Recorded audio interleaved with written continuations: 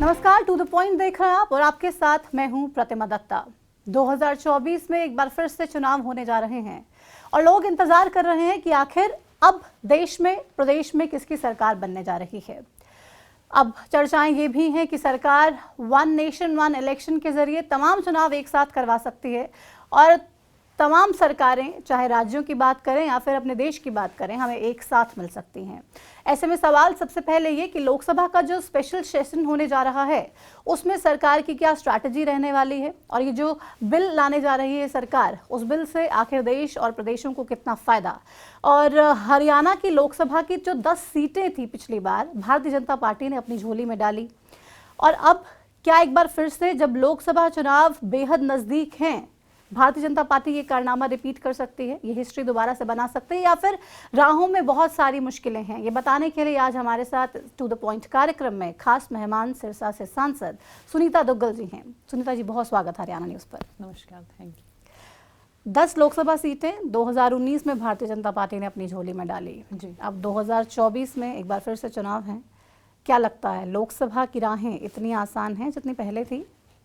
देखिए, ऐसा है कि भारतीय जनता पार्टी की सरकार जो है वो माननीय प्रधानमंत्री नरेंद्र मोदी जी के नेतृत्व में जो काम कर रही है, हम लोगों को अपने काम पर और जिस तरह से देश जो है वो आगे बढ़ रहा है और विकासशील देश से धीरे धीरे विकसित देश की तरफ बढ़ रहा है, तो हमें अपने काम पर बहुत ज़्यादा भरोसा है, विश्वास है और हम इस विश्वास के बलबूते जो है वो जनता के बीच में जाएंगे।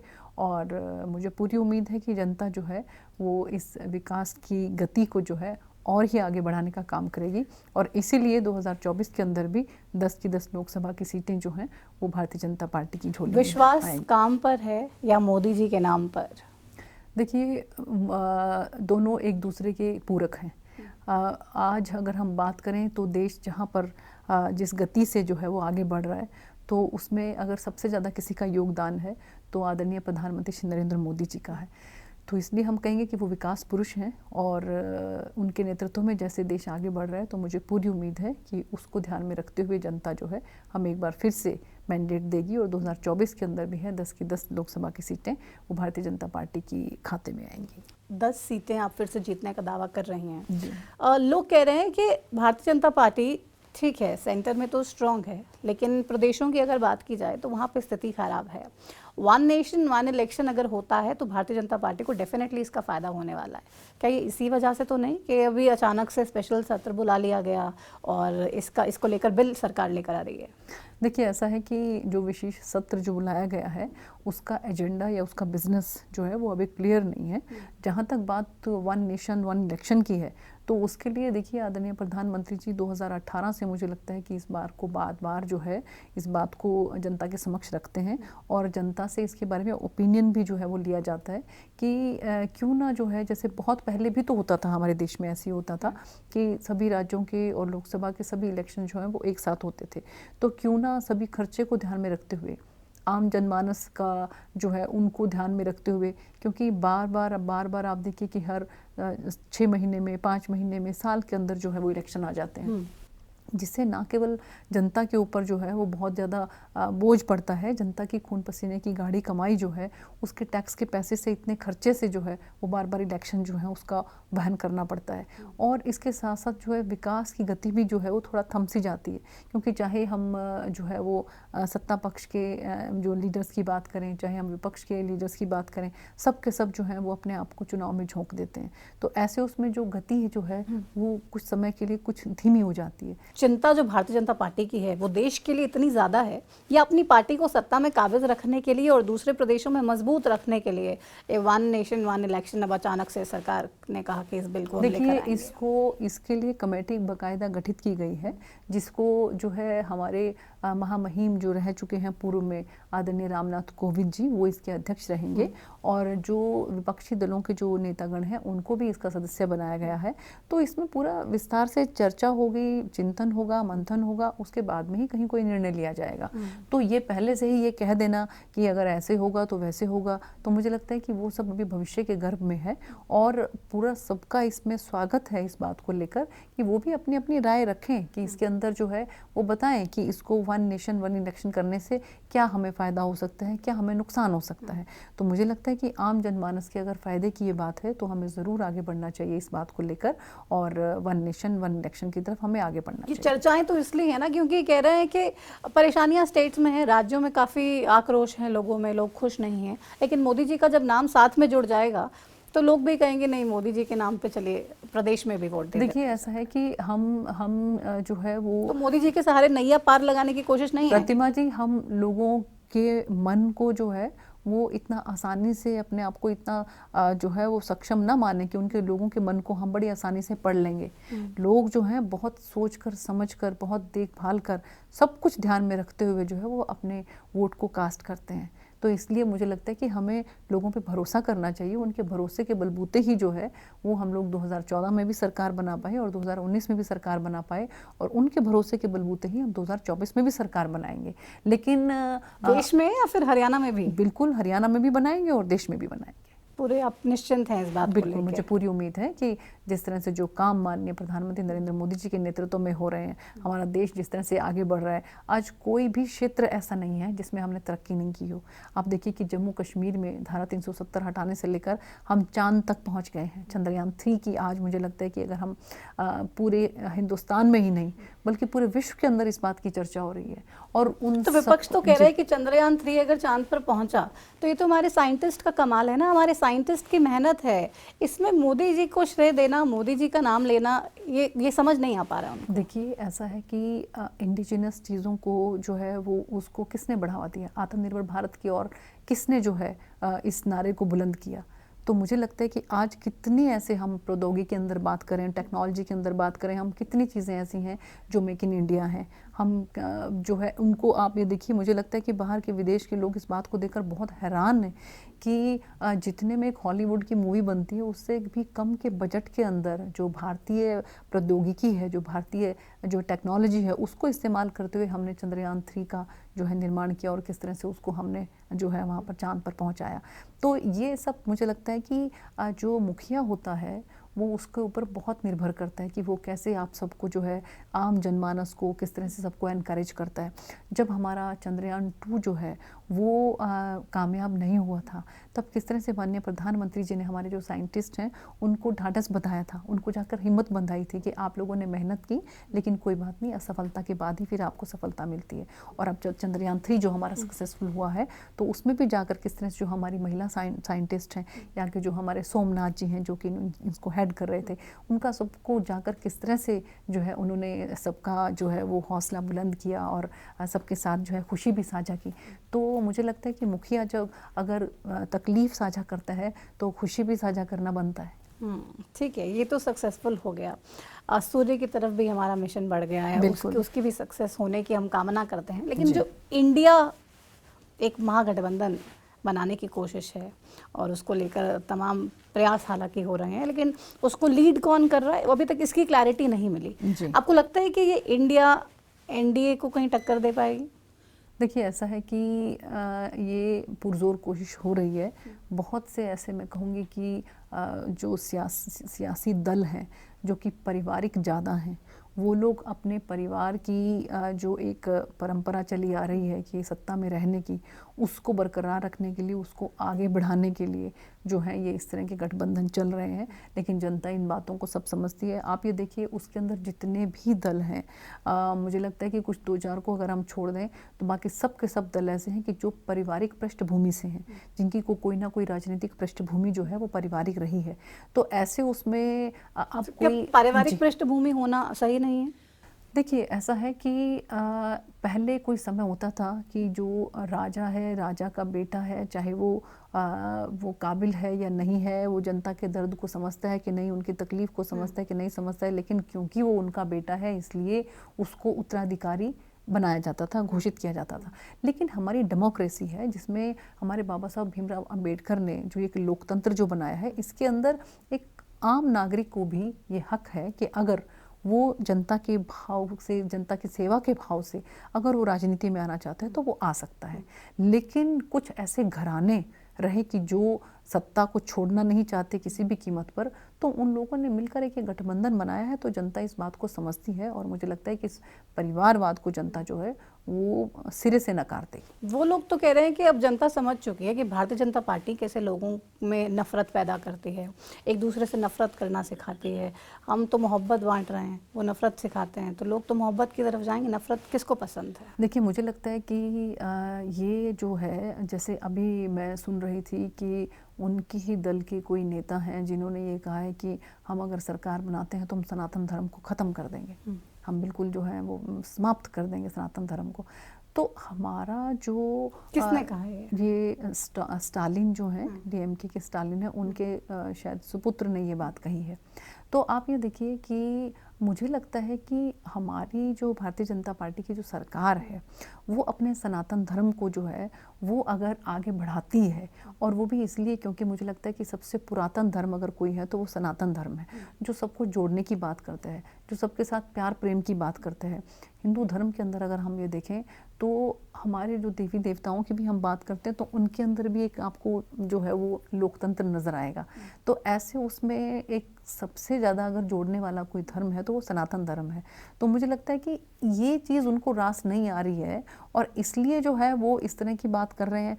हमारा जो एजेंडा है वो सबको जोड़ने का ही है और हम जोड़ भी रहे हैं, लेकिन उनका एजेंडा कुछ और है और वो एजेंडा जो है। तो भारतीय जनता पार्टी पे ये आरोप दंगों के क्यों लग जाते हैं?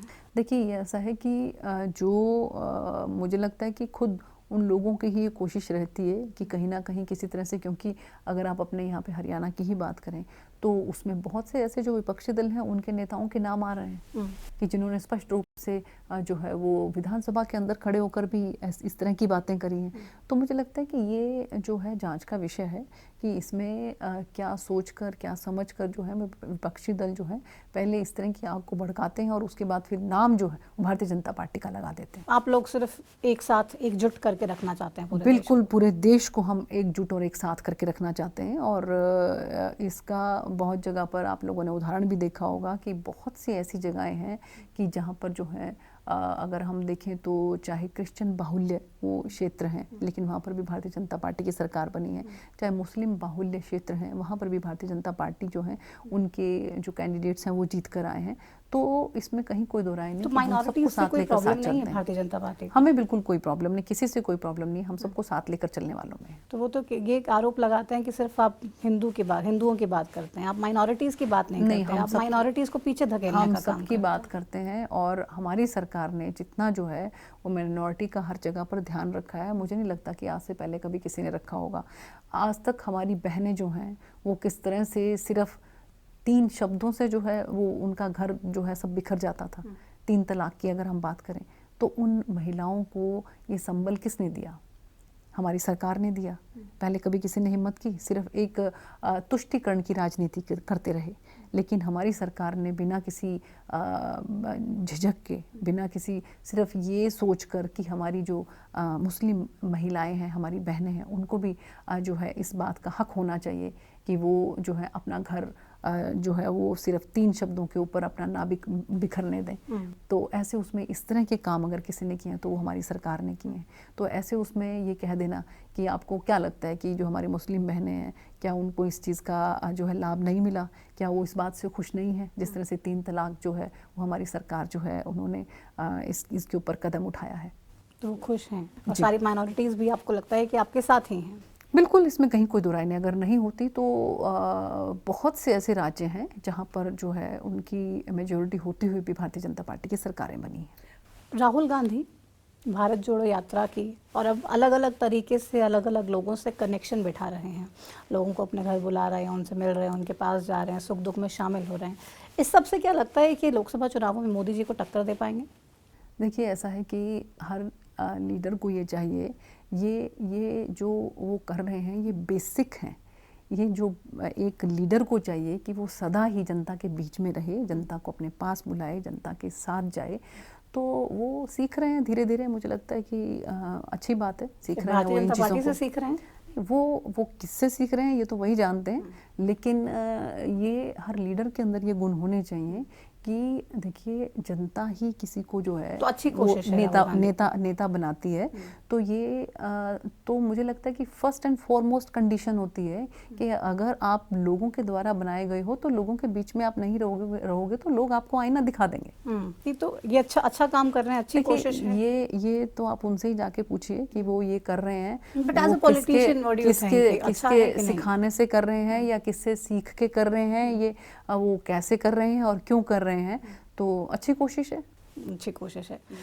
अरविंद केजरीवाल दिल्ली के मुख्यमंत्री, आम आदमी पार्टी ने कितना अच्छा प्रदर्शन दिल्ली में किया, अच्छा प्रदर्शन पंजाब में भी किया। ये सब लोग अब एक साथ मिलके बहुत सी गारंटीज लेके हरियाणा में भी आ चुके हैं। आपको लगता है देश में टक्कर ये भी दे सकते हैं मोदी जी के नाम पे? आम आदमी पार्टी इस तरीके की टक्कर एक भारतीय जनता पार्टी को दे सकती है? देखिए, आम आदमी पार्टी ने बहुत से राज्यों के अंदर जो है वो इसको आजमा के देखा है। चाहे आप गुजरात की बात करें, गोवा की बात करें, हिमाचल की बात करें, बहुत सी जगह पर इनको उन्होंने आजमाया है और वहाँ पर उन्होंने मुँह की खाई है। तो मुझे नहीं लगता कि जनता जो है वो, हाँ पंजाब की बात आप कर सकते हैं कि पंजाब के अंदर जो है वो हम, क्योंकि इससे पहले अलायंस के साथ रहे, भारतीय जनता पार्टी जो है वो अलायंस पार्टी के साथ रही वहाँ पर चुनाव में, तो इसलिए वहाँ पर कांग्रेस की सरकार थी और कांग्रेस की सरकार के बाद जो है वो जनता को एक बदलाव चाहिए था जो कि उन्होंने आम आदमी पार्टी के रूप में चुना। और लेकिन अब वहाँ पर क्योंकि हम इंडिपेंडेंट हैं और बहुत तेज़ गति के साथ जो है वहाँ पर भारतीय जनता पार्टी का ज़बरदस्त काडर जो है वो बन रहा है और बहुत से लोग जो हैं वो भारतीय जनता पार्टी के साथ जुड़ रहे हैं। और मुझे लगता है कि आने वाले समय में पंजाब के अंदर भी भारतीय जनता पार्टी की सरकार बनेगी, क्योंकि अभी हमने वहाँ पर नए प्रदेश अध्यक्ष बनाए हैं और बहुत तेज़ गति के साथ पूरे प्रदेश के अंदर जो है वो भारतीय जनता पार्टी का जनाधार बढ़ रहा है। अति उत्साहित है भारतीय जनता पार्टी तमाम चुनावों के लिए। दिल्ली से निकलकर सीधा सिरसा चलते हैं जी। आप वहाँ से सांसद हैं और लगातार कोशिश कर रहे हैं कि जितने काम आप वहाँ के लोगों के करवा पाएँ उतने कोशिश है आप करती हैं कि मीटिंग्स भी लगातार हो रही हैं, लोकसभा में भी ज़्यादातर मौजूद रहती हैं। अब तक अपने इस सफ़र को कितना सफल मानती हैं आप? देखिए, ऐसा है कि हर किसी की कोशिश होनी चाहिए। मेरी कोशिश में कोई कमी नहीं रहती है। ये जज करना और कितना सफल है या नहीं है ये जनता का काम है। मैं पूरी शिद्दत के साथ, पूरी ईमानदारी के साथ और पूरी मेहनत के साथ अपना काम करती हूँ। जो काम मुझे सिरसा की जनता ने सौंपा है, चाहे आप उसमें पार्लियामेंट में जो है अपनी प्रेजेंस की बात करें, चाहे पार्लियामेंट के अंदर जितने भी डिबेट्स हैं उसके अंदर पार्टिसिपेट करने की बात करें, चाहे अपनी सिरसा लोकसभा के बारे में सवालात उठाने की बात करें, सबके लिए मैं पूरी कोशिश के साथ, पूरी मेहनत के साथ, पूरी शिद्दत के साथ जो है वो पार्लियामेंट में आवाज़ उठाती हूँ। और इसके साथ साथ एक कड़ी होता है, एक सांसद जो है वो जनता और सरकार के बीच में कड़ी का काम करता है। जितनी भी सरकार की, जो केंद्र सरकार की योजनाएं हैं उनको मैं अपने इलाके में किस तरह से धरातल पर लागू कर सकूं, ये मेरी कोशिश रहती है। और मेरी जो सिरसा लोकसभा की जो जनता है उनकी क्या समस्याएं हैं, इनको मैं जो है वो केंद्र सरकार तक पहुंचा सकूं। तो इस पुल का काम मैं बहुत बेहतरीन तरीके से करने की पूरी कोशिश करती हूँ। आप पूरी कोशिश कर रही होंगे, लेकिन सिरसा लोकसभा क्षेत्र के लोगों की एक समस्या ये भी है, लोग कहते हैं कि लोकसभा में तो पूरी हाजिरी है आपकी, लगातार आवाज़ उठा रही हैं, हमारे बीच में भी तो आई है। जी नहीं, देखिए ऐसा है कि मेरा अपना मकान है वहाँ पर और मेरा एक ऑफिस जो है वो फतेहाबाद में है। आज तक पहले कभी किसी ने भी जो है वो पूरी लोकसभा को इस तरह से कवर नहीं किया। खासकर अगर जैसे नरवाना की बात करें, नरवाना विधानसभा की तरफ तो कोई झांकता भी नहीं था कोई सांसद जो है। मैंने पूरे की पूरी लोकसभा के अंदर बराबर तरीके से न्याय करने की कोशिश की है। इसलिए मैंने अपना घर जो है वो सिरसा में बनाया है और मेरा ऑफिस जो है वो फतेहाबाद के अंदर है और मेरा निरंतर नरवाना के लोगों के बीच में भी जाना रहता है। तो पूरी 9 की 9 विधानसभाओं के अंदर अपनी उपस्थिति दर्ज कराना, ऐसे उसमें में क्या होता है कि अगर आप एक जगह पर जाते हैं तो दूसरी जगह पर जाने में अगर आपको 5-10 दिन का गैप लग जाए तो उनको लगता है कि हमारे यहाँ पर नहीं आ पा रहे हैं, जबकि मैं दूसरी विधानसभा के अंदर उपस्थित होती हूँ। तो कम से कम भी 18 से 19 लाख लोगों को रिप्रेजेंट करना, 9 विधानसभाओं को रिप्रेजेंट करना, 2 पूरे जिले जिसके अंदर आते हैं और 1 जिला का एक विधानसभा आता है, तो इतनी सारे एरिया को और पूरे हरियाणा के अंदर सबसे बड़ा एरिया अगर किसी का है तो वो सिरसा लोकसभा का है। नरवाना से लेकर अगर आप कालांवाली तक सफ़र करने लगें तो आपको पूरा दिन लग जाएगा उसमें। तो उसको पूरे को कवर करना वो मैं अपनी पूरी शिद्दत से, पूरी मेहनत से, पूरी ईमानदारी से कोशिश करती हूँ। और लोग बहुत सेटिस्फाइड कहेंगे, नाराज मत होइए। नहीं, लोग बिल्कुल नाराज नहीं है। किसने कहा है लोग नाराज हैं? किसने कहा है लोग नाराज हैं? आपके कहने से क्या लोग नाराज हैं? आप देखिए, मेरे साथ चलिए, आप चल के आप देखिए, मेरी लोकसभा के लोग बहुत खुश हैं। जितना काम मैंने, हम जाते हैं, लोग बात करते हैं तो वो कहते हैं कि वहाँ तो हैं, वो यहाँ पे ज्यादा आती नहीं है, आप दिखाइए, ज्यादा मिलती नहीं आप है। मुझे बताइए, नरवाना में प्रोग्राम हुआ, वहाँ पर लोगों ने विरोध किया। किसने विरोध किया? आपका विरोध किया? नहीं, देखिए वो कोई विरोध नहीं किया, कहीं पे कोई विरोध नहीं हुआ।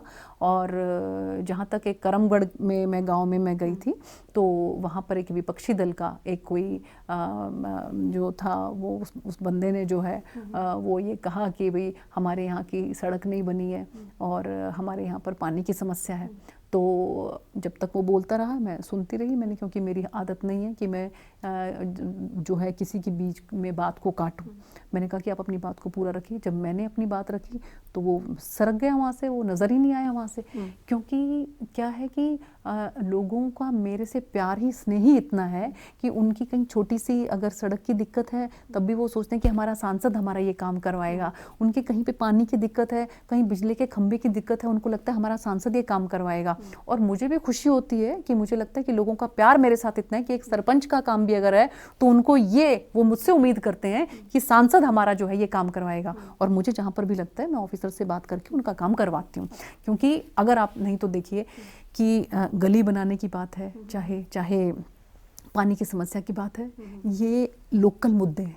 एक सरपंच जो है वो हमारे माननीय मुख्यमंत्री जी ने इतना अच्छा काम किया है कि ग्राम दर्शन पोर्टल के ऊपर अपने गांव की समस्या को आप डालिए, वो हम तक पहुंचती हैं, उसके बाद अब रिकमेंडेशन के साथ वो काम तुरंत होते हैं। लेकिन जो है जनता का प्यार ही इतना है कि वो हमसे बहुत उम्मीद लगा के रखते हैं। सारे काम करेंगे, सुनीता दुग्गल करेंगे और मैं करती भी हूँ। ठीक है, आपने पोर्टल का जिक्र किया तो सवाल एक पोर्टल के लिए भी ले लेते हैं, क्योंकि लोगों ने भारतीय जनता पार्टी को हरियाणा में खासतौर पर पोर्टल सरकार का ठप्पा दे दिया है। कह रहे हैं कि पोर्टल सरकार है, हर चीज़ के लिए पोर्टल बना दिए हैं, लेकिन लोगों को इतनी समस्याएं हो रही हैं, उन समस्याओं की तरफ ध्यान नहीं है। देखिए, ऐसा लगता है मुझे कि जो ये पोर्टल का जो सिस्टम आदरणीय मुख्यमंत्री जी ने किया है, इसके बाद जो है बहुत सी समस्याओं का समाधान जो है वो धरातल पर ही हो जाता है। अभी अगर किसी की आयु 60 वर्ष की हो गई और उसको वृद्धावस्था पेंशन मिलनी है तो जो ये परिवार पहचान पत्र बने हैं उसके माध्यम से उनको घर पर बैठे बैठे ही उनका जो है नेक्स्ट मंथ से उनके सैलरी अकाउंट के अंदर वो पैसा आना शुरू हो जाता है। पोर्टल के माध्यम से ही आज आपने देखिए कि कितने ऐसे जो हैं हमारी योजनाएं हैं जिनका लाभ सीधा हमारे एक आम नागरिक तक पहुंचता है। पिछली सरकारों के एक पूर्व प्रधानमंत्री जी ने ये बात कही थी कि हम केंद्र सरकार से 1 रुपया भेजते हैं और यहाँ तक आते आते सिर्फ 15 पैसे बच जाते हैं। क्या आज की तारीख में ऐसा है? ये पोर्टल की वजह से ही संभव हो पाया कि अगर हम वहाँ से हमारी सरकार 100 रुपया भी भेजती है तो 100 का 100 रुपया हमारे यहाँ पर जो लाभार्थी हैं उसके खाते में जाता है। तो नया सिस्टम है, लोगों को इसलिए थोड़ी सी परेशानी बिल्कुल होती है, लेकिन धीरे धीरे सरकार हर तरह से कोशिश कर रही है कि इन सभी जो हमारे टीदिंग प्रॉब्लम्स हैं उन सबको जो है हम ठीक करके और आम जनमानस को। आपको नहीं लगता है कि चुनावों में इस मुद्दे को लेकर कहीं ना कहीं पार्टी को नुकसान हो सकता है? देखिए, ऐसा है कि मैंने पहले भी कई बार इस बात का जिक्र किया है कि कहीं ना कहीं से शुरुआत करनी पड़ेगी और हमारी सरकार ने जो शुरुआत करी है वो आम जनमानस के लाभ के लिए है, उनका ईज़ ऑफ लिविंग जो है उसके लिए है।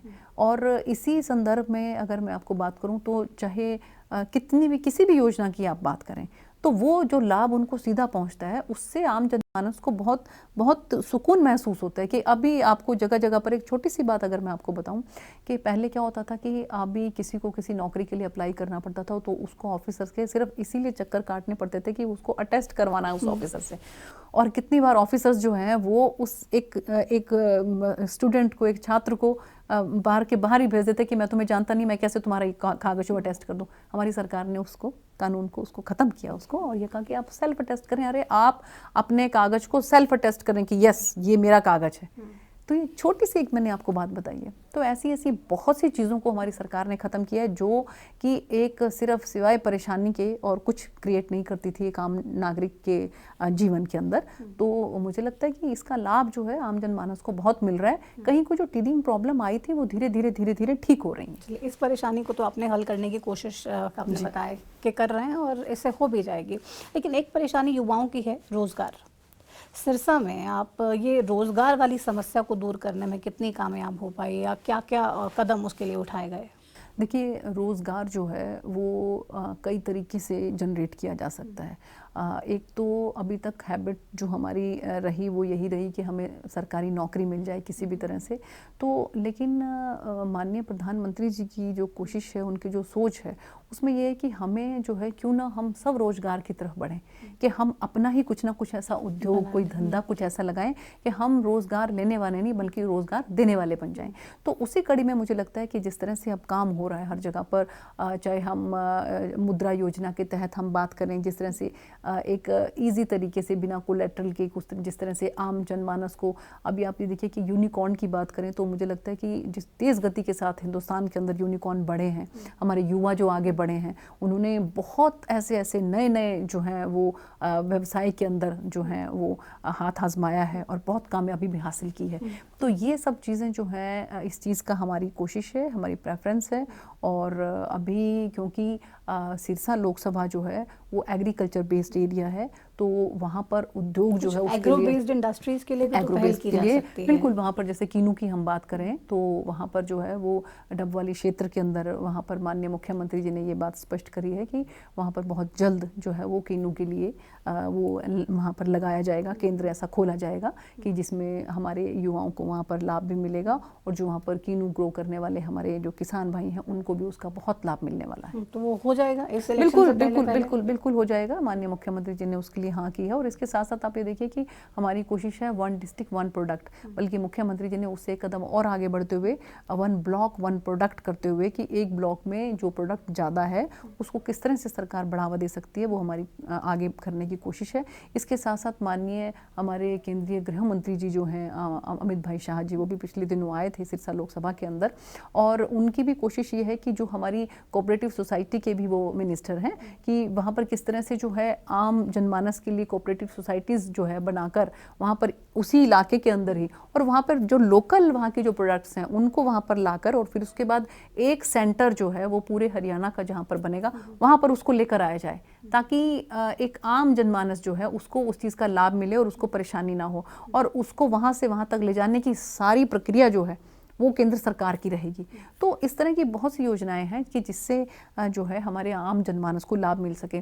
अब मैं बात तो वो करती युवा हूँ, जिनको भी नौकरी नहीं मिली है, वो परेशान है, वो इंतजार करें, मिल जाएगी। इनके साथ साथ श्रिम्प पालन की बात करती हूँ, मैं झींगा पालन की बात करती हूँ। हमारे इलाके में सोच भी नहीं सकते थे, लेकिन अब जहाँ पर जो सेम का इलाका है उसमें हमारे किसान भाइयों ने बहुत ज़ोरदार तरीके से वहाँ पर जो है वो झींगा पालन किया है और उनको बहुत लाभ मिल रहा है वहाँ पर, क्योंकि झींगा पालन जो है उसका साउथ के अंदर उसकी बहुत अच्छी उसकी एक्सेप्टेंस है, उसको वहाँ पर जो है भेजा जाता है वहाँ पर, तो मार्केट काफ़ी अच्छी है। तो मुझे लगता है कि इस तरह की बहुत सी ऐसी चीज़ें हैं जिससे हमारे युवा जो है अब आगे बढ़ रहे हैं।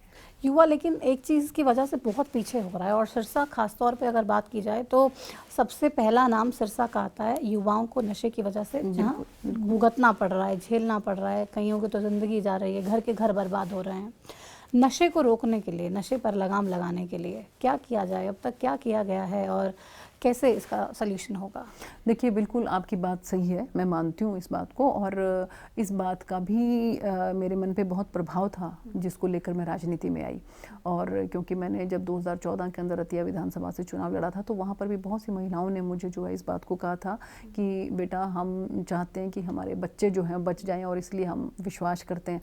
और आप ये देखिए कि मेरी पुरजोर कोशिश रहती है कि हमने चाहे हम कई जगह पर जो है ड्रग एडिक्शन सेंटर खोलने की बात करें, रिहेबिलिटेशन सेंटर खोलने की बात करें, और इसके साथ साथ माननीय मुख्यमंत्री जी को मैं बहुत दिनों से इस बात के लिए जो है बात करती थी। और अभी पिछले दिनों जब वो आए थे तो उन्होंने डबवाली को जो है पुलिस जिला घोषित किया है, तो उसकी वजह से वहाँ पर पुलिस प्रशासन जो है वो जोर शोर से पुलिस जिला घोषित होने के बाद और भी सख्ती के साथ काम करेगा। इसके साथ साथ मैं आपको बताती हूँ कि किस तरह से हमारी सरकार ने जो ड्रग्स के अंदर इन्वॉल्व थे, उन व्यवसायियों को, जो ड्रग पैडलर्स थे, उनकी जो प्रॉपर्टी है उसको कैसे कन्फिस्केट किया है और इसके साथ साथ उनकी प्रॉपर्टी को डिमोलिश भी किया है।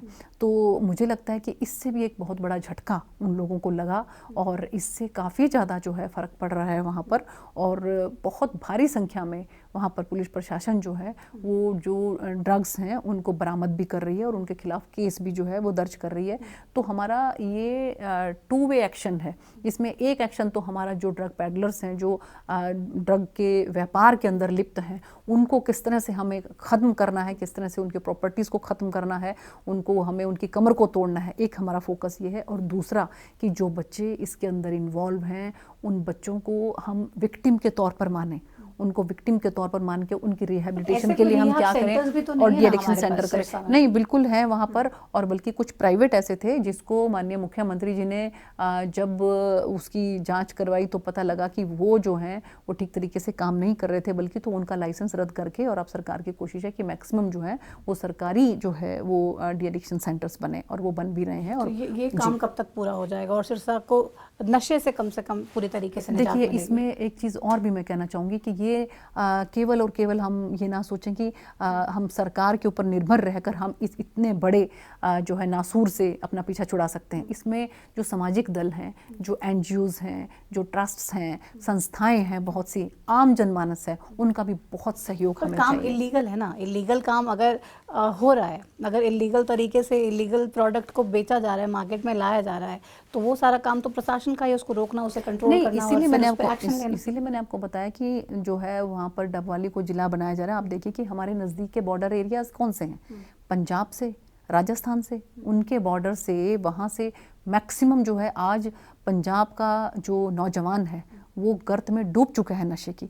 तो वही लोग जो हैं, आप चाह रहे हैं कि हरियाणा भी हमारा जो है वो बर्बाद हो, इसलिए जो है वो लोग वहाँ से भेजने की कोशिश करते हैं। लेकिन हमारी कोशिश है कि हमारा जो है पूरा जो सीमावर्ती इलाका है, जो पूरी सीमाएं हैं, उनको अच्छे से सील करके, उनको अच्छे तरीके से वहाँ पर पुलिस प्रशासन जो है, इसीलिए हमने डबवाली जो है, डबवाली को पुलिस जिला बनाने का मेन मकसद ये है, क्योंकि डबवाली बिल्कुल बॉर्डर एरिया है, उसके साथ में भटिंडा लगता है। तो उसमें जो अगर जो सीमावर्ती, जो सीमा पर अगर हम उसको हम अंदर आने को हम रोक पाएंगे, अगर उसको ड्रग्स को, तो मुझे लगता है कि हम काफ़ी इसमें कामयाब हो जाएंगे, हमारे बच्चों को, हमारे युवाओं को इससे बचाने के लिए। सिरसा की अगर बात करें तो एक और प्रॉब्लम भी बहुत ज़्यादा है कैंसर की, और लोग कहते हैं कि पानी की वजह से भी वो ज़्यादा बीमारी, ज़्यादातर घर घर में ये बीमारी पहुंच चुकी है। इसको लेकर सरकार के पास कोई प्लान है कि इस पर कैसे काम करेगी?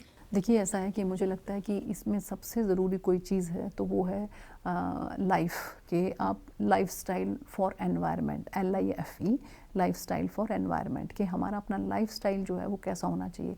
और इसके साथ साथ मैं किसान भाइयों को भी आपके माध्यम से ये हाथ जोड़कर प्रार्थना करूँगी कि वो जो है ऑर्गेनिक खेती की तरफ बढ़े, क्योंकि जितना ज़्यादा फर्टिलाइज़र, जितना ज़्यादा पेस्टिसाइड हम इसमें इस्तेमाल करेंगे, उतना ज़्यादा खाने के माध्यम से सबसे ज़्यादा जो है वो कैंसर आज धीरे धीरे फैल रहा है। मुझे नहीं लगता कि कोई भी परिवार आज की तारीख में ऐसा हो, और चाहे वो गरीब परिवार है, मध्यम परिवार है, या उच्च वर्ग का परिवार है, कि जिसमें कोई ना कोई पेशेंट कैंसर से ना पीड़ित हो। आप हॉस्पिटल चलिए, अभी जाकर देखिए तो जो ऑन्को डिपार्टमेंट है वहाँ पर पेशेंट्स भरे पड़े हैं। तो ये एक मुझे लगता है कि हमारी खुद की क्रिएट की हुई है कि बीमारी है, जब तक हम जागरूक नहीं होंगे तो इसमें सिवाय बर्बादी की और कुछ नहीं है। तो इसलिए हम सबको मिलकर इसमें काम करना होगा। सरकार की भी कोशिश है कि हम ऑर्गेनिक खेती को हम बढ़ावा दें, क्योंकि ऑर्गेनिक खेती से ही जो कुछ भी हम खाएंगे, रेडिएशंस भी चारों तरफ से, हर तरह से रेडिएशंस के बिना हमारा काम नहीं चल सकता है। तो चाहे हम हर तरह की रेडिएशंस की बात कर सकते हैं इसमें, ये लाइट से जो रोशनी आ रही है वो भी कुछ ना कुछ रेडिएशन ही है। तो हर तरह की रेडिएशंस जो हैं वो आपके शरीर के ऊपर प्रभाव डालती हैं, और उसके ऊपर आपका जो खान पान है वो भी अगर जो है वो केमिकल से युक्त होगा तो आप कैसे अपने शरीर को कैंसर से बचा सकते हैं। तो मेरी आपके माध्यम से सभी से गुजारिश है, हाथ जोड़कर प्रार्थना है कि हम अगर ऑर्गेनिक खेती की तरफ चलेंगे, नेचुरल फार्मिंग की तरफ चलेंगे, नेचुरल खेती की तरफ चलेंगे, तभी हम अपने ज़िंदगी जो है उसको बढ़ा सकते हैं। नहीं तो ये घटते घटते घटते घटते बहुत घट जाएगी। नहीं, पर बहुत अच्छे मेडिकल फैसिलिटीज़ भी तो होनी चाहिए ना। सिरसा में मेडिकल कॉलेज की घोषणा हुई, कब बनेगा, कब वहाँ पे लोगों का इलाज शुरू होगा, वो भी एक बड़ा सवाल है। नहीं, बिल्कुल, मैंने अभी मेरी जब भी माननीय मुख्यमंत्री जी से मुलाकात होती है, मैं इस बात को लेकर उनसे चर्चा करती हूँ और उन्होंने भी ये कहा है कि जो कागजी कार्रवाई है वो सब होने के बाद बहुत जल्द जो है मेडिकल कॉलेज वहाँ पर शुरू हो जाएगा। शुरू होगा, फिर बनेगा, उसके बाद लोगों को वो सुविधा वहाँ पे मिल पाएगी, लेकिन एक लंबा समय तो लग जाएगा। नहीं, बिल्कुल समय तो देखिए लगता है, कोई बड़ा प्रोजेक्ट अगर होगा तो उसमें समय तो निश्चित रूप से लगेगा, लेकिन इसके साथ साथ जो वहाँ पर ऑलरेडी जो वहाँ पर हॉस्पिटल्स वगैरह हैं तो उसके अंदर काम ठीक तरीके से चले और वहाँ पर डॉक्टर्स ठीक ठाक काम करें, ये हमारी कोशिश रहती है। इसलिए समय समय पर मैं भी जाकर वहाँ पर जो है वो वहाँ के हॉस्पिटल्स की समीक्षा करती हूँ और जाकर डॉक्टर से मिलकर बात करके कि क्या यहाँ पर क्या दिक्कत है। और इसके साथ साथ अभी पिछले दिनों माननीय मुख्यमंत्री जी ने हरियाणा के पूरे जितने भी लोकसभा हैं सबके अलग अलग सांसदों को और वहाँ के जो हमारे जो पदाधिकारी हैं उनको बुलाकर पूछा था कि आप बताइए आपके इलाके में क्या क्या समस्याएं हैं, और सब अधिकारियों को वहाँ पर बिठाकर उनसे उन समस्याओं का निराकरण करने की बात करी थी। तो अभी पिछले दिनों सिरसा लोकसभा का भी जो नंबर आया और उसमें जो है जितनी भी हमारी वहाँ की लोकल समस्याएं थी उनके बारे में जितने भी पदाधिकारी थे, जो हमारे वहाँ के एडमिनिस्ट्रेशन के जो अधिकारी हैं उनसे इसके बारे में विस्तार से चर्चा हुई और उनको बताया गया और उन्होंने कुछ का तो वहीं पर ही जो है समाधान किया और बाकी के लिए जो समाधान करने के लिए उन्होंने बताया कि कितने समय तक इसका समाधान हो जाएगा। इसमें छोटी सी बात मैं अगर आपको बताऊं तो जैसे नरवाना जो है, नरवाना के अंदर जो हॉस्पिटल है, तो पिछले दिनों ये बात चली कि ये हॉस्पिटल्स केवल 50 बेड का हॉस्पिटल है, जबकि वो एक्चुअल में 100 बेड का हॉस्पिटल था। तो किसी ने ये बात फैलाई कि ये बेड जो है वो अब सरकार 50 बेड का ही करने जा रही है। तो मैंने वहाँ पर जो डायरेक्टर हैं, डीजी हैं हमारी सोनिया त्रिखा जी, उनसे मैंने बात की और जो है उन्होंने मुझे विश्वास दिलाया, विश्वास क्या दिलाया बल्कि सीएमओ साहब से बात करके तुरंत प्रभाव से उन्होंने कहा कि आप चेक करो। तो वो मैं आपके माध्यम से कहना चाहूँगी कि नरवाना का जो हॉस्पिटल है वो 100 बेड का ही हॉस्पिटल है और वहाँ पर सारी फैसिलिटीज़ जो हैं वो 100 बेड के हिसाब से हों, इस बात को हमने सुनिश्चित किया है।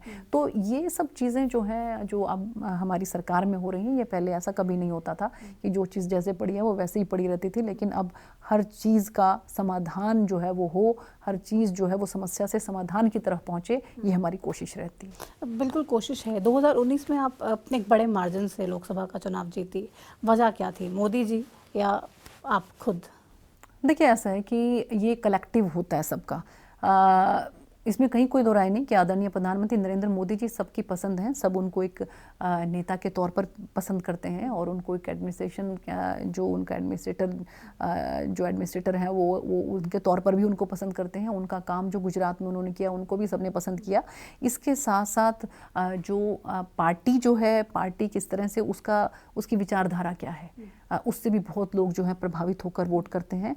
इसके साथ साथ जो कैंडिडेट है उसको भी नेचुरली ये देखा जाता है भी कैंडिडेट जो है वो कल बनने के बाद जो है वो क्या आपके लिए कुछ कर पाएगा, सक्षम है कि नहीं है, उसकी ईमानदारी कितनी है, उसकी मेहनत कितनी है, तो वो आपसे कितना जुड़ा हुआ है। तो ये सब फैक्टर्स जो हैं ये सब काम करते हैं और नेचुरली कि जब इन सब फैक्टर्स के साथ साथ लोगों का आशीर्वाद बरसता है आपके ऊपर, तभी आप इतने मार्जिन से जीत पाते हो। 2019 में तो जीत गए, लेकिन अब 24 में ये कहा जा रहा है कि एक सर्वे किया गया और उस सर्वे में ये पाया गया है कि 100 जो सबसे कमज़ोर सांसद वाली सीटें हैं उसमें से एक सिरसा भी है। नहीं, ये तो जो है मीडिया वालों की ही मैं कहूँगी कि उनके ही दिमाग की उपज है ये। सिरसा लोकसभा बिल्कुल कहीं से भी कोई कमज़ोर नहीं है। हाँ, ये बात ज़रूर है कि सिरसा ज़िले के अंदर जो है कि 2014 में भी हमारी 5 विधानसभाएं हैं, वो हम 5 में से एक भी विधानसभा नहीं जीत पाए थे। 2019 में भी जो है 5 विधानसभाओं में से 2019 में अप्रैल में चुनाव होता है, आप इतने भारी मतों से जीत कर आप संसद में पहुंचती हैं, लेकिन 2019 अक्टूबर में ही चुनाव होता है हरियाणा में, हरियाणा विधानसभा का। तो वहां पर सिरसा में इतनी बुरी स्थिति क्यों? तो उसी को ही देखने के लिए ही जो है इस लोकसभा का चुनाव किया गया कि वहाँ पर लोकसभा का चुनाव इतने मार्जिन से जीतने के बावजूद भी जो है वो सिरसा जिले के अंदर 5 की 5 विधानसभाएं जो है वो भारतीय जनता पार्टी नहीं जीत पाई। तो उसका कारण क्या है, उसकी सारी समीक्षा करने के लिए ही इसको जो है स्पेशल मैं कहना चाहूँगी कि भाई कैटेगरी में रखा है कि यहाँ पर हम आगे आने वाले समय में लोकसभा के साथ साथ 5 की 5 विधानसभा भी जीत सकें, बल्कि टोटल 9 विधानसभा आती हैं, 9 में से केवल हमारे पास 2 ही विधानसभा थी, तो हम 9 की 9 विधानसभा हम जीत सकें यहाँ से, ये हमारी कोशिश है। इसी को ध्यान में रखते हुए जो है, तो क्या जीत पाएंगे 9 विधानसभाएं? कभी कभी हुआ तो नहीं है? नहीं, ऐसी बात नहीं, देखिए ऐसी बात नहीं है कि कोशिश करनी चाहिए, हमें मेहनत करनी चाहिए हमें, और कोशिश करने वालों की कभी हार नहीं होती। सिरसा की बात करें तो पॉलिटिकली बहुत स्ट्रांग है, बहुत बड़े बड़े राजनीतिक परिवार वहाँ से हैं, और अब एक तरह से पावर सेंटर भी है, लेकिन उसके बावजूद भी हालत पिछड़ी ही है, जितना विकास होना चाहिए था उतना है नहीं। देखिए, मुझे ये लगता है कि इसके बारे में आपको उन्हीं से ही पूछना चाहिए कि इतने समय से उस इलाके से सत्तासीन परिवार होते हुए भी क्यों वहाँ की जनता या कि आपकी पार्टी के साथ ही तो अलायंस में है, आपके नहीं, मैं वही कह रही हूँ कि आपके मन में भी अगर ये सवाल आ रहा है तो ये सवाल उनसे ज़रूर पूछना चाहिए कि जो है वो इतने समय से वहाँ पर पारिवारिक पृष्ठभूमि की राजनीति होते हुए भी वो इलाका इतना पिछड़ा हुआ क्यों है।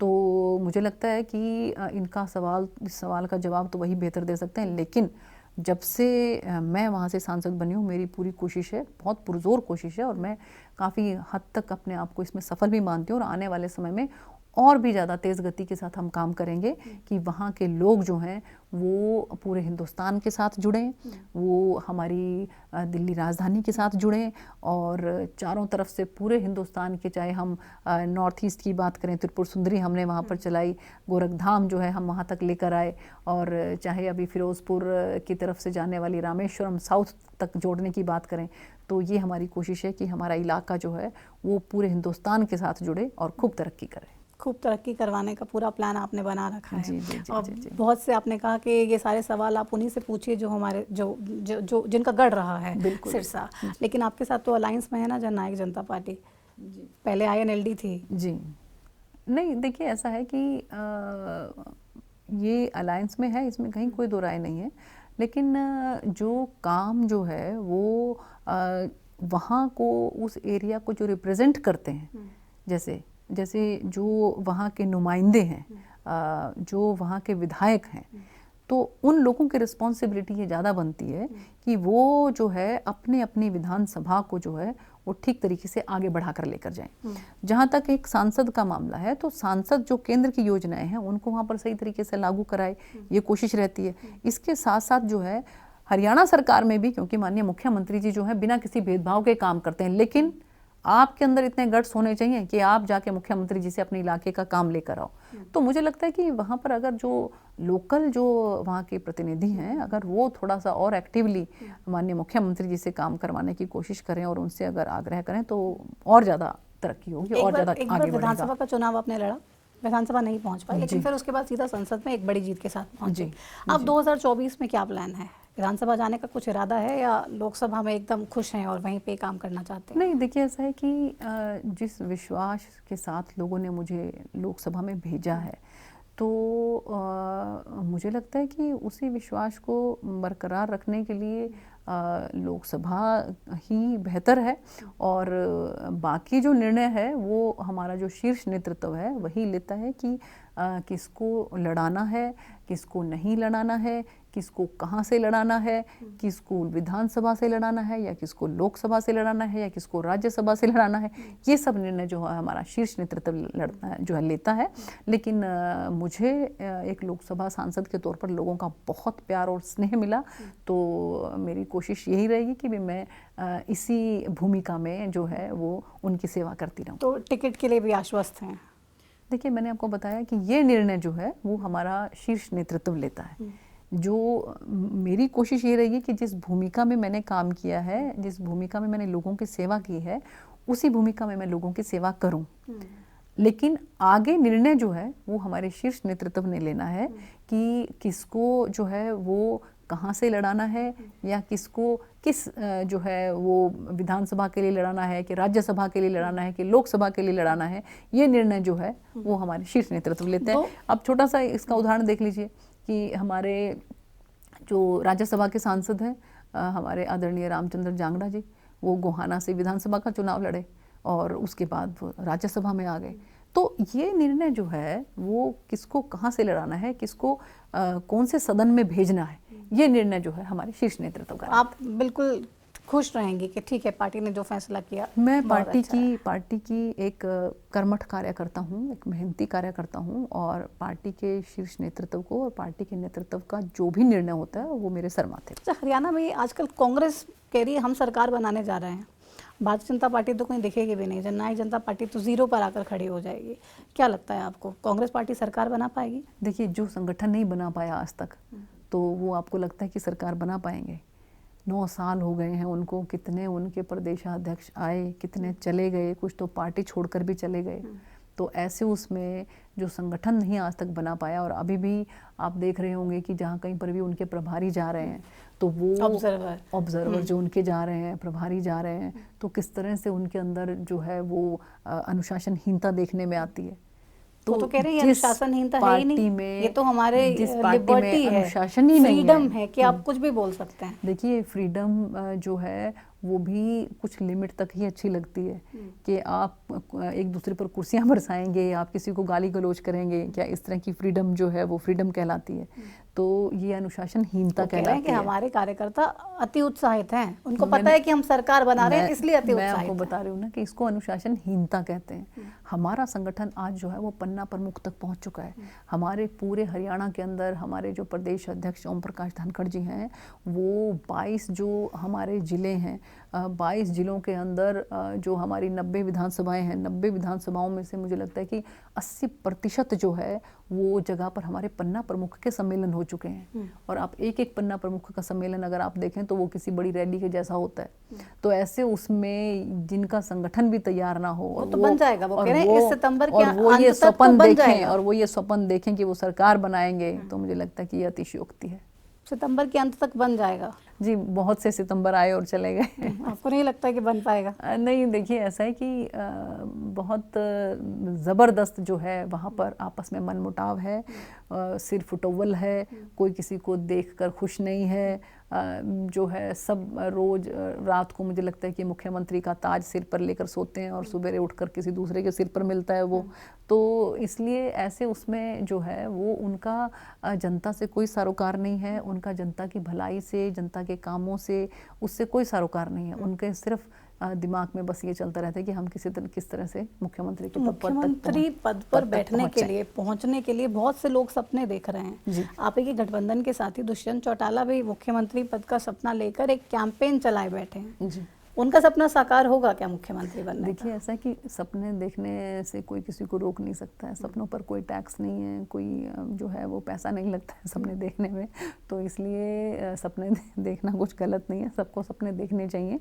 लेकिन इन सपनों के साथ साथ जो है, जो सबसे ज़रूरी है, हमारा लोकतांत्रिक प्रदेश है, हमारा लोकतांत्रिक देश है, हम संविधान में विश्वास रखते हैं और जनता के बनाए हुए नुमाइंदे हैं, और जनता जो है वो मुझे लगता है जिसको चाहेगी उसको ही ताज पहनाएगी। लेकिन सरकार में होना, एक साथ सरकार चलाना, गठबंधन तो है ही, उसके बाद अभी तो सीएम मनोहर लाल जी हैं जी, उनके साथ काम करते करते डिप्टी सीएम के पद पर अगर आप एक मुख्यमंत्री बनने का कैंपेन चलाएं जी, तो क्या धोखा नहीं है ये अपनी गठबंधन के सहयोगी के साथ कि ठीक है? देखिए, मुझे ये लगता है कि हमारा जो संगठन जो है, जो हमारा अलायंस जो है वो पोस्ट इलेक्शन अलायंस था। तो इसका मतलब ये है कि हम लोग एक इंडिपेंडेंट पार्टी हैं, अलग अलग, उनकी अलग पार्टी है, हमारी अलग पार्टी है। हमने एक स्थायी सरकार देने के लिए हरियाणा में अलायंस किया, मजबूरी वाला अलायंस, उसको ना स्थायी सरकार देने के लिए, क्योंकि अगर आप स्थायी सरकार नहीं देंगे तो हमारे प्रदेश की तरक्की नहीं हो सकती है। फिर तो आप 24 घंटे इसी डर पे लगे रहेंगे कि कहीं सरकार टूट ना जाए, कैसे आप सरकार को बचा के रखें, कैसे आप सरकार को बनाए रखें। तो ऐसे उसमें एक स्थायी सरकार देने के लिए अलायंस ये किया, लेकिन हमारा जो अलायंस था वो पोस्ट इलेक्शन था। तो ऐसे उसमें हम लोग इंडिपेंडेंट पार्टी हैं, एक कॉमन मिनिमम जो प्रोग्राम है उसके तहत हम लोगों ने सरकार बनाई है।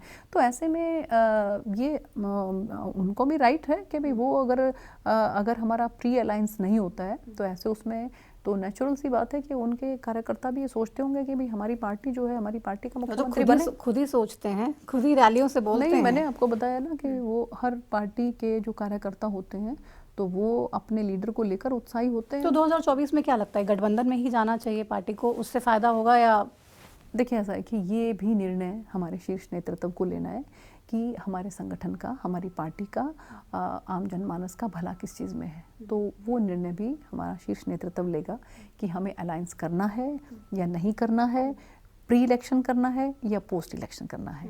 तो ये निर्णय भी जो है हमारा शीर्ष नेतृत्व लेगा। लेकिन आप भारतीय जनता पार्टी अकेले लगता है चुनाव लड़ने में सक्षम है, जीतने में सक्षम है, आगे सरकार बनाने में सक्षम है? इसमें कहीं कोई दो राय नहीं कि भारतीय जनता पार्टी का कार्यकर्ता आज इतना जो मेहनती है और इतना धरातल पर काम करता है, और भारतीय जनता पार्टी की सरकार ने जिस तरह से केंद्र में काम किया है माननीय नरेंद्र मोदी जी के नेतृत्व में, और हरियाणा में काम किया है माननीय मनोहर लाल जी के नेतृत्व में, तो हमें पूरी उम्मीद है कि जनता जो है वो भारतीय जनता पार्टी के साथ है और भारतीय जनता पार्टी की सरकार हरियाणा में बनेगी।